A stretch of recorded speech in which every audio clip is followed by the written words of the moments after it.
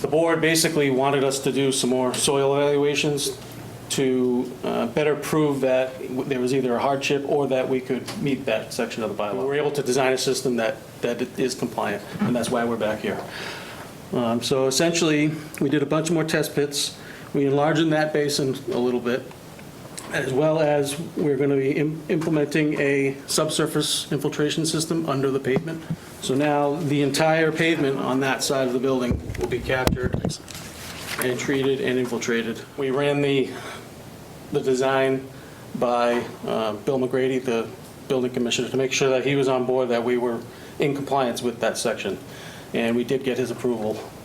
Once Beals and Thomas signed off on the technical review, he was good with what we're proposing now. I think there were still some things that we had up in the air. Traffic, I think, was. Traffic was a concern, but they were asked to check with the police department. The police department did not express any concerns. Some discussion about obviously not sending it out. I do remember not sending it out to peer review, but there was the other discussion about potentially having them open up under a time slot, right? Right, but, appointment-based system. After the police department said that they had no concerns about traffic, we didn't pursue having them. I remember it was designate that. still up in the air, is my thing. But I don't know. Yeah. When I first came here, there were 90 cannabis retail stores open. As of today, there are 154. There are hundreds in line to open. So as the chair said, she has not seen a problem in Plainville, and you've not, other than the first couple of months dealing with North East Hampton and Leicester and then Brookline, you have not heard any concerns about traffic and parking and so forth. And my client has had quite a bit of interest in marijuana facilities throughout the state, and he's visited every one that has been permitted, and he believes this is the only one on a dead-end street. Other neighbors have professed worries about cutting through private drives and that sort of thing, parking in other parking lots. This is not the only facility that'll be on a dead end. Nova Farms is actually on a dead end in Attleboro in an industrial park, just for the record. I've actually found a couple more on Google Yeah, Maps. and I know you said your client was concerned about traffic.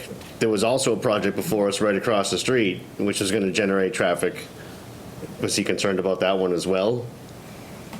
I can't find the email, but I do remember seeing something where they pretty much said what I've stated several times. Yeah, I think they didn't want to have a. They didn't want- want to start with the detail. They didn't want to be the ones to request Well, it. because it looks, the optics Exactly. are not good if you're There- saying that the there was police department's requiring details. Something I from- read that said Yeah. that. I don't know where it is. Right. Madam Chair, detail's different than appointment only. I understand No, I'm that, just- Mr. Sullivan. Is that how it works? Could you, what's the difference?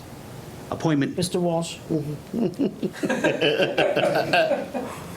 Yes, I'm going to suggest that we draft up a set of conditions, come back on September 2nd, have the conditions reviewed by town council.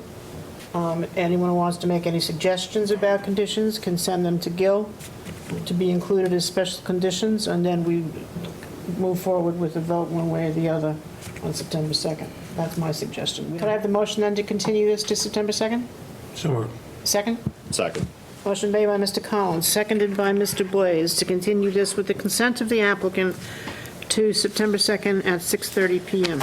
thank you, Madam Chair. Wait a minute, we didn't vote. All those in favor? Aye. Opposed? So moved. Thank you, Madam Chair. Thank you. Thank you.